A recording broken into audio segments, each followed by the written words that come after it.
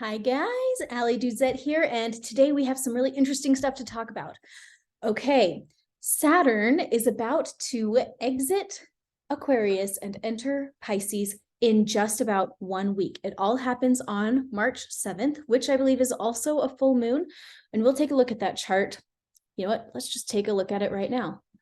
Okay, this is the chart of the world shutdown, and we're going to come back to that in just a minute, but the reason why this Saturn transit is really interesting is because Saturn is one of the slow-moving planets, and everyone in the world is highly affected by Saturn.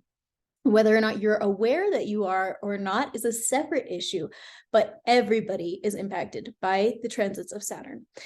One really great example of this is called your Saturn return, which happens when you're about 29 and a half. It can happen kind of anywhere in that area. You know, when I was kind of new at learning about the stars, I really thought that it was exactly a 29 and a half year cycle. And so my birthday's in August. So I was like, it must be happening on my half birthday after I turn 29. That's not how it works.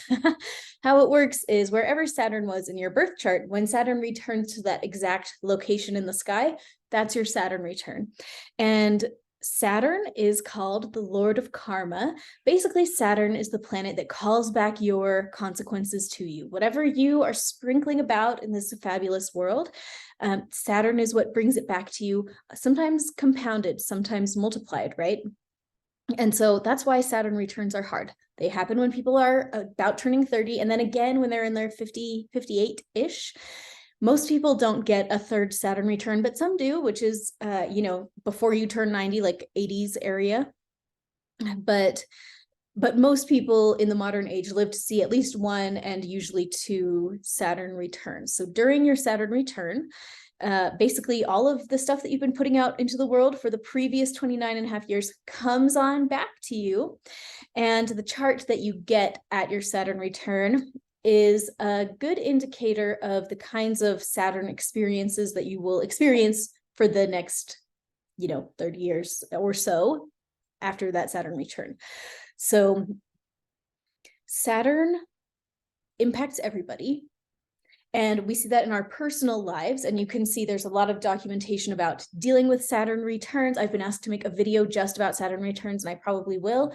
I've only obviously had one Saturn return, but it was very enlightening, shall we say.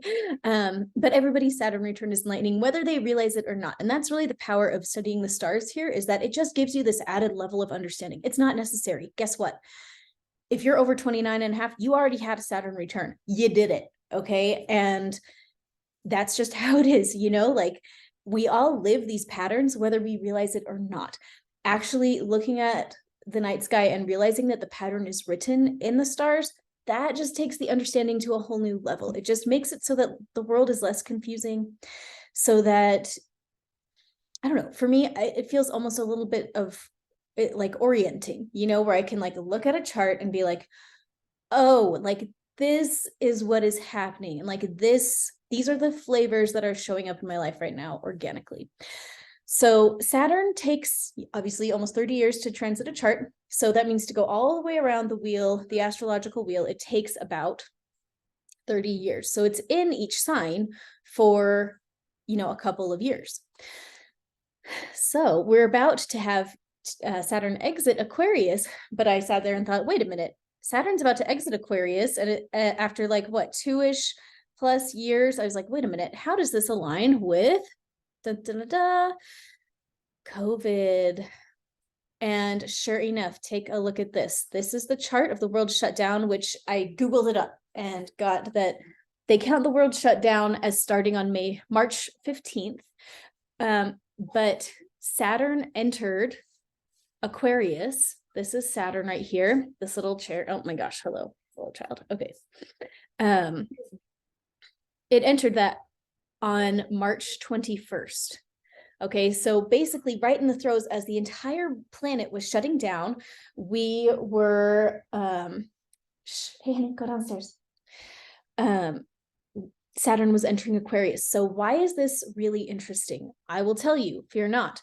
Okay, Aquarius That's these two little things there. It looks like water, and Aquarius sounds like it's a water sign, but it's not. It's an air sign, and it's called the water bearer. Water, astrologically speaking, refers to your emotions, but Aquarius is an air sign. Aquarius holds the vessel for the emotions and pours out the emotions. So a really interesting sign that is holding space for feelings, but is not really acting from feelings in the same way that like a Scorpio or Cancer energy would act from feelings. But Aquarius deals with humanitarian impulses, wanting to save the world. We're all in this together. That is trademark Aquarian concepts, like we're all in this together. Aquarius energy is the kind of energy that just wants to save everybody, no matter what it takes. And so this is just a really interesting thing that we've had Saturn entering Aquarius. We had it enter Aquarius the week of the world shutdown. Of course we did. And now it's been in there. It's been walking through this hot pink zone, this magenta zone. What color is that?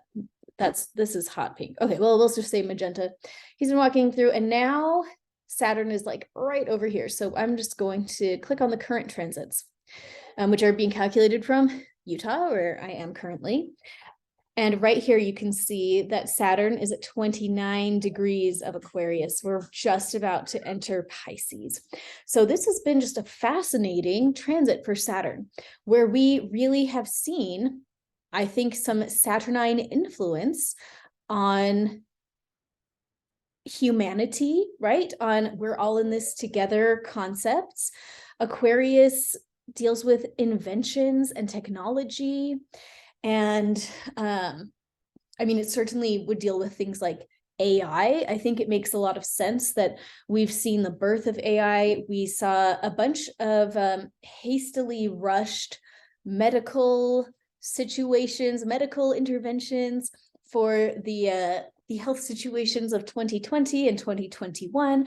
All of those are just like trademark Saturn in Aquarius. And now Saturn is about to leave Aquarius in just 1 week on March the 7th. So I want to share, let's stop that share. I wanted to share this kind of thing. I thought this was funny. I think this is just such an amazing chart. Okay, the Salt Lake Tribune did this. They calculated COVID-19 vaccination rates by Zodiac sign. And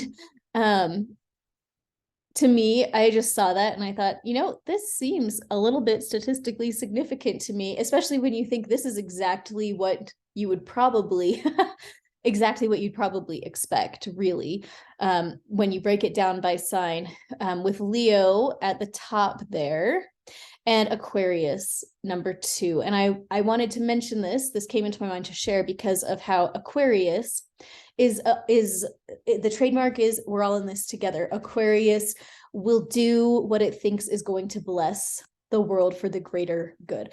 I would say here, Leo, and of course, not everyone who is a Leo, obviously, participated in that activity, right? But Leos tend to be very motivated by not wanting other people to judge them harshly. They want people they want the admiration of having done the right thing. Like, obviously that's not the only thing that goes into someone with a Leo sun, but like that can be a flavor that you would expect. And then Aquarius right there with them, just wants to save the world. Like, if we all just do our part, then we can just save the world. That's a very Aquarian type of a mindset. So let's go back to this chart, which is right now. Okay, so right here, we are at 29 degrees Aquarius, and in just 1 week, let's edit this chart, and I'll just say March 7th of 2023, calculate, we'll have Saturn entering Pisces. So I wanted to just quickly talk a little bit about what it will mean as we wrap up this Saturn in Aquarius period, and what does it mean as we transition into this Saturn in Pisces area, which we will be in until 2025. So we've got a little while. We'll become very familiar with what it feels like to have Saturn in Pisces.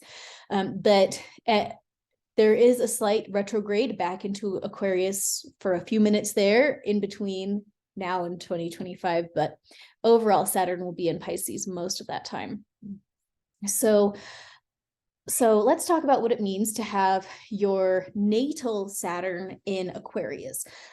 So just because it gives us an idea of the overall feeling of it, okay? So you can find out what your Saturn is if you run a free chart at illuxology.com, ILLUXOLOGY.com, and it may be learnastrology.com as well. Let's see, learnastrology.com. Let's see if it loads. Loading. Yeah, okay, I'll share that screen. This is learnastrology.com, and this is run by my good friend Naomi. So you can just create your birth chart for free and see where your Saturn is. And then what you can do is just go on the internet and read like Saturn in whatever sign your Saturn is in. And I always just say, like, go read 5 articles, go read 10 articles. By the time you read a bunch of articles about it, you're going to have a pretty good idea of what a bunch of different astrologers say about it, because everyone kind of comes from a different angle. You know, a reading from me is going to be really different from a reading from Naomi or from somebody else.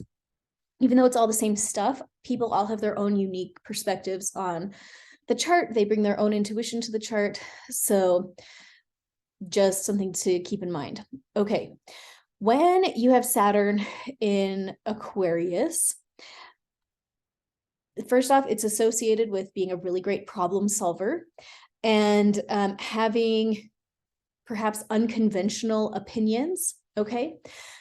Saturn is, again, the Lord of Karma, and so he's really into the boomerang. I mean, like, what you throw out is going to come back to you. It's also kind of the taskmaster. It's the part of your chart, like if you're a very hard worker or if you're not a very hard worker, both of those instances, you want to go look at Saturn and see what Saturn is up to on your chart. What are your working instincts? Saturn will have a lot to say about how you work. And so sure enough, we've seen the economy greatly affected by a bunch of perhaps out of the box ideas. And it's been really interesting just in the past 48 hours, where right when all the world was shutting down, when Saturn entered Aquarius in the first place, remember that the official story was this all came from people eating like bats and pangolins, right? Definitely not a lab leak. And now, like over the weekend, we're getting all these government documents that seem to confirm that actually it was a lab leak, but in the meantime, this Saturn in Aquarius, everybody's out of the box ideas. I feel like everybody on all sides of the aisle was looking at each other and thinking like, wow, you're an idiot. Why would you think that? I mean, I know for myself, some of my family members and stuff like that had very different opinions from me as to what was going on. And I remember being like, wow, clearly you're wrong. But they felt the same about me. They're like, Allie, clearly you're wrong. And so we've had this situation where, to me, they all had out of the box ideas, and to them, I had out of the box ideas. Like, whose out of the box idea is actually the one that's out of the box? Did it come from a pangolin? Is it a leak from a lab? Both of those things can sound crazy. One of them may or may not be true. I mean, like, right? It could be anything or whatever, but depending on where you're coming from, you're going to have a different perspective on if whatever idea is out of the box or not. Aquarius, again, is all about humanity and like the big picture and the clubhouse. It's about like people banding together and like having their club. And so I think we really saw both the bright side and the dark side of humanity banding together for the sake of humanity, right? As Saturn made this transit, we saw how people, I mean, I'm thinking the dark side, obviously in China, people getting welded into their houses to die alone rather than risk the spread of COVID. And then we had people like very selflessly doing a bunch of stuff to try and protect their neighbors and stuff like that. And I think people have a wide variety of opinions about all of that stuff, about all of the masking and like the other things that people were doing. to save others and to save themselves. But regardless of what your opinion is about what was done, I think it is very clear that there wasn't a worldwide focus on saving the world and like humanity. And then with Saturn there, we saw some serious consequences as well, as far as things like supply chain disruptions, serious economic disruption. And then how did we handle this economic disruption? Well, we had a lot of, oh my gosh, I'm sorry, I can't remember the word for it, but basically like payouts for like, if you can't go to work, what is it called? Was it stimulus checks or whatever? But people getting paid to stay home so they don't get COVID. And now, we already have, seen some of the ramifications of that. I'm thinking of the lumber shortage that was affecting a lot of people building last year. And I had to get some baseboards replaced, and all we could get was like the worst kind of baseboard. So now my house like super ugly on the floors, but that was the only option during the lumber shortage, and it was all super expensive. And we will continue to see the ramifications of these shutdowns for possibly years to come. It would not surprise me, to be honest. One of my friends has a friend who is involved in something that I don't even want to say. I don't want to give all the details, but anyways, this guy knows what he's talking about. So my one friend said, how long is it going to take for our economy to recover after all of these supply chain shutdowns and like everything that happened in 2020 and 2021? And he just said, it will never recover. I'm sorry, 2019 was the best that Western civilization had to offer. The toilet has been flushed and we are all just circling around the drain. So that was that guy's official opinion. And that has stuck with me because I suspect it may be true, but it may not be obvious that it's true as long as things are kind of slurching along and not totally falling apart, right? Things have taken a long time to get to where they're at, even though we've seen a lot of societal devolution in just the past 3 years. It's still surprisingly functional. I look at my mindset from 2020 and 2021, and I was totally sure that by now things were going to be way worse than they are. But there's certainly lots of problems. There are lots of problems with society, lots of people, lots of job loss and inflation and all of these things. But you can still go to the store and there's still food on the shelves. You know what I mean? We still have a functional society. But I do believe the toilet's been flushed, and it's just, we're circling around the edge. So we'll just have to see what happens. Saturn in Aquarius in a natal chart often will look eccentric. And again, having some little far-fetched ideas, and it wants to be different from others. One thing that's coming into my mind as I talk about this is this new obsession with feeding us all insects and insect flour and stuff like that. What a Saturn in Aquarius idea, right? Saturn governs economies and working and jobs and money, making money, not having money would be Taurus, and going to your job to earn money would be Saturn. Or let's put it this way, Venus would be just having money, and Saturn would be going to work and earning your money. But what an interesting idea. Why don't we just monetize a bunch of bugs? We'll save humanity by forcing everybody to eat insects, to eat bugs. Let's just do that. I don't know. It just strikes me as of course this idea was born while Saturn was in Aquarius. Of course it was. On a health level, medical astrology, Saturn in Aquarius is said to deal with your arteries and veins and your circulatory system and your nervous system, if you can believe it. Wow, what a coincidence that, of course, what we're dealing with on a health level is massive worldwide concern about circulatory health, nervous system health. Is your heart working? Right? And I don't know, it's just so crazy. So there we go. We've kind of seen how Saturn has impacted our entire society over the past 3 years. And now next week we enter Saturn in Pisces. Oh my goodness. So what will that look like?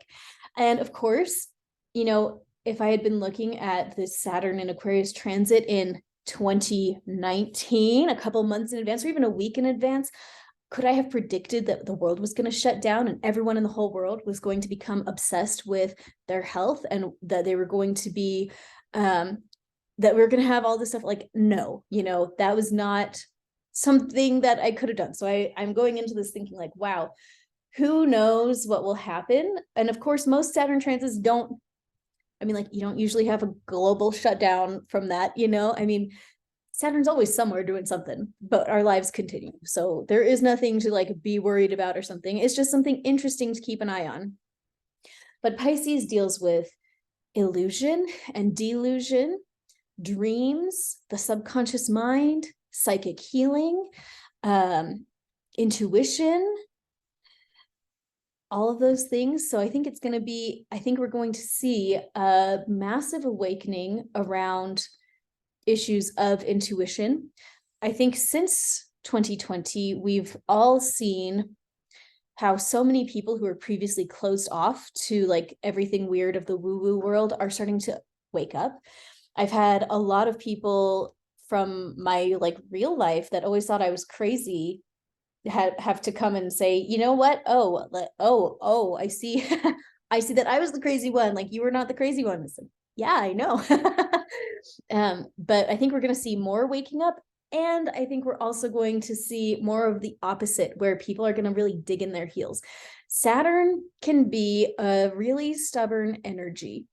It's stubborn in a different flavor from Taurus energy, which is also known for being very stubborn. But all those earth signs are pretty stubborn, like Earth being like Capricorn, which Saturn and Capricorn go like that, and Taurus, then Virgo. Earth signs are earthy, and so they tend to be, you know, pretty solid. And if Capricorn energy and Saturn energy decides that something is wrong, then it's probably just going to like keep on going with that this is wrong. So I would suspect that with Saturn entering Pisces, we're going to see a lot of people waking up. I'm expecting a lot of psychic awakenings, but like spiritual awakenings. People are going to start waking up on a spiritual level and seeing the world as it is from a spiritual level. And I think we're going to see a lot of mastery coming forth because of that. Saturn is the planet of mastery. It's the planet of making you do the work every day until you have mastered it, you know? So I think we're going to see a lot of people that right now, like today, they're kind of newbies. They're getting new at stuff. They're new at spiritual health and like healing their own bodies and stuff through intuition. But I would bet that by the end of this 3-year transit, they're going to be much more masterful. I think we're going to see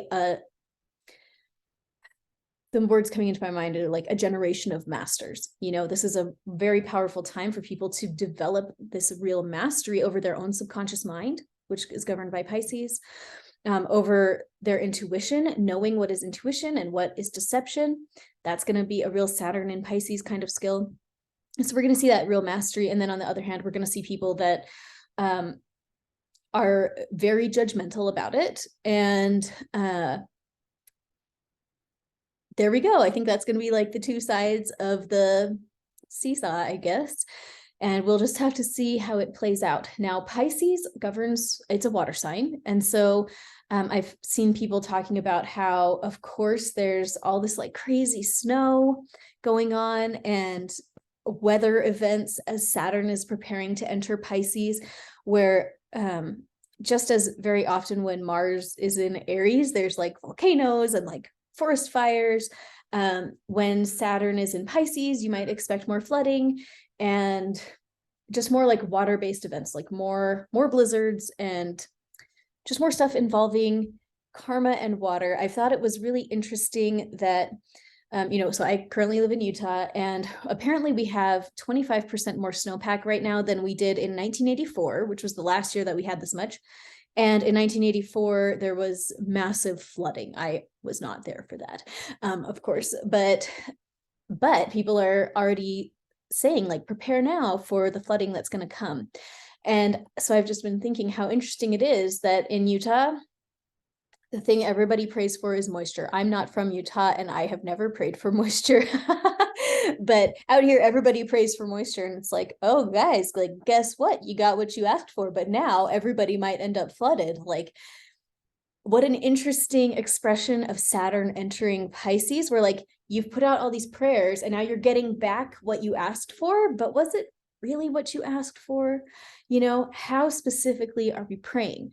You know, when we're asking for moisture, are we also saying like, God, please send moisture, but also can you please make sure that it will not cause entire cities to flood? Please, also that, you know, which I think we can do. And I feel like for my own prayers, I try to be very specific about what I'm asking for, because I have just had it happen so many times to me that I get what I asked for and it was like really not what I meant. I don't know if you've had that experience, but it's a little frustrating and annoying. So being really specific in prayer can be very helpful to that. But we are going to see for ourselves however this plays out. And in the meantime, we are in the middle of Saturn's very last degree of Aquarius. You see that Saturn at 29 degrees of Aquarius. That's today. And so we have 1 week. I am thinking about putting out a little tiny YouTube series just to help us clean up the loose ends. Okay, so this is a clock, okay? This guy right here is a clock. And it has 12 houses, just like we have 12 hours of the day. And what you're looking at right here is a picture of a clock, but it's actually wrong already. Okay, what the picture that I just took, even though I just ran this 1 minute ago, the planets already moved. You know, even the slow moving planets have moved just a tiny bit, but everything is moving all the time. And when we look at a chart, we're only seeing a tiny snapshot in time, but everything is always moving. And when a planet is in a particular sign, when it's moving through that sign on this clock, what happens is in every single human body, the part of your soul and body that resonates with that planet is getting a little bit stirred up with whatever is going on with the transit. Okay, and so on a biological level, I have a really interesting book that I'm not going to find right now. It's called The Unified Cycle Theory. It costs like $1 bajillion, guys. So, and also it's extremely dense. I don't recommend buying it unless you like want your brain to explode and also spend a lot of money to do that. It's a good book. It's a good book. I mean, I recommend this book, but I'm just saying like, I'm not sure I recommend this book for just anybody, but for me, it is a good book. But there's kind of this idea among people who use astrology for economic analysis. They're not astrologers. They're economists who have noticed that Venus cycles affect the stock market, right? They kind of argue that it's because of, just like the moon affects the tides, like all of the planetary movements affect the water in our bodies. But our bodies are 70% water. The water inside of our bodies are liquid crystals. You know, so our bodies are basically computers where the computer part is water, but this water is kind of resonating and being impacted by all these different planets, these planetary motions. And we know that's true with the moon again, especially for women. Like, can women deny that we're on a 28-day cycle that links with the moon? Even if you're not on the full moon, whatever part of the cycle you're on, if your body is healthy, you run a cycle that corresponds to the moon. And that is just how it is. But there's an argument to be made that every human body is dealing with a cycle that corresponds to every single thing on this chart. And so that is really what's happening when we're all being impacted by a transit. So right now we are all being impacted by Saturn in Aquarius. Even if you don't have Saturn in Aquarius, even if you don't have anything in Aquarius in your own personal life and in your own personal body, that Saturn in Aquarius type of energy is getting stirred up in your own soul. And even when there's these big empty spaces on a chart, that doesn't mean they're actually empty. It doesn't mean there's nothing happening there. It just means that the energy is undiluted. Okay, it's pure. And also sometimes it can mean that there are just more things going on that your astrologer did not bother to put on the chart. Because if we go ahead and just add everything in this software, which is not everything and not even close to anything, all of a sudden, nobody really has any empty space, really. But it just is a matter of what are people running in your chart. You don't have any empty space in your chart. That's impossible, really. And so, anyway, so as we are dealing with this final degree of Saturn in Aquarius, this is a perfect time to kind of look within and introspect about what have we learned and what do we still need to learn. Okay, none of us have probably learned 100% of our lessons that we need to learn from Saturn and Aquarius, but this coming week is a great time to kind of work on that, because Saturn and Aquarius energy is something that it's a flavor that we're all going to deal with in our regular lives and for years to come. Again, we are going to deal with the impact of Saturn and Aquarius from 2020 and 2021. We will see the impact of that a decade down the road and beyond. People's lives have been changed forever by this energy. And so it does make sense to kind of pay a little bit of attention to it and see what we can heal and clear from it, so that as we deal with the ramifications of that energy for the next 10 years, the next 20 years, everything that happened in 2020 to 2021 and 2022, we want to be sure that we're handling it in as healed a way as possible, that we've gotten our own souls in a place where whatever comes up, we're feeling like we're handling it from a space of healing and not a space of trauma, not a space of confusion, not a space of overwhelm. So that is why it will be a good thing to work on that Saturn and Aquarius energy at 29 degrees. And at 29 degrees, anything on a chart helps you let things go because it's preparing. 29 degrees is both a been there, done that kind of energy. Like, gall, I've been here. I've been in this space for 29 degrees. Out of 29, we count from 0, 0 to 29 degrees in a chart. So 29 degrees is the last degree of anything on the chart. So it's a been there, done that, but it's also I'm just about ready. I'm almost ready. I'm going to jump into that next sign. I'm almost ready. So when we can heal the energy around 29 degrees, whatever we've got at 29 degrees of a chart, it can help us move forward into the next sign. And that's exactly what's going to happen next week. So, okay, there you go. Well, I hope you feel enlightened. I'll see if I can throw together some quick healing videos to help all of us heal whatever is inside of our own bodies that's still dealing with that 29-degree Saturn and Aquarius cycle. And geez, thank you so much for being here. I hope that you have the best day. Oh, you're my baby. She's about ready to hang out with her mommy. So see you later, guys. Don't forget to like and subscribe and hang out with me on Facebook, Intuitive Healing with Ali Duzette. Bye.